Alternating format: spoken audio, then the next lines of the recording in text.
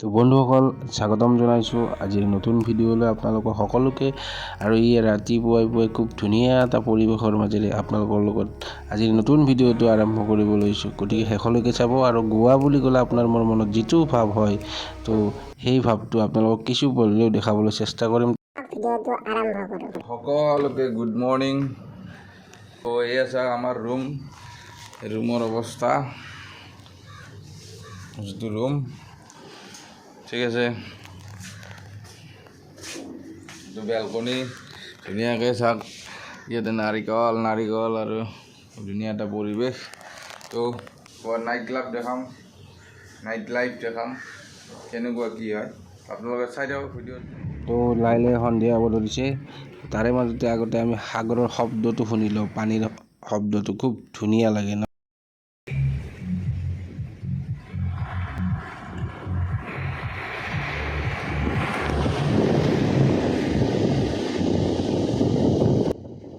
গোৱা মানে সাগৰ আৰু গোৱা মানে নাইট লাইফ। বহু বিষাদৰ অৱসাদ এই সাগৰৰ শব্দ নে কি কয় ৰাইজ? তো চাই থাকক।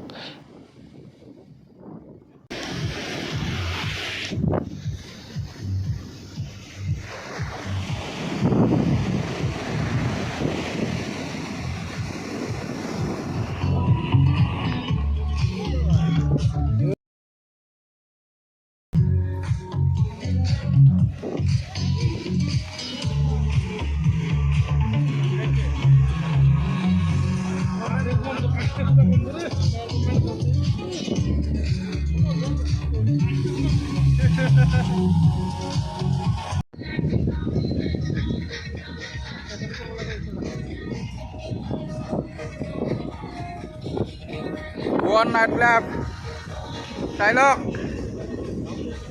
হাতত চেণ্ডেল লৈ আহিছোঁ আৰু বালত খোজকাঢ়ি আছোঁ। এই নাইট লাইফ আমাৰ কাৰণে।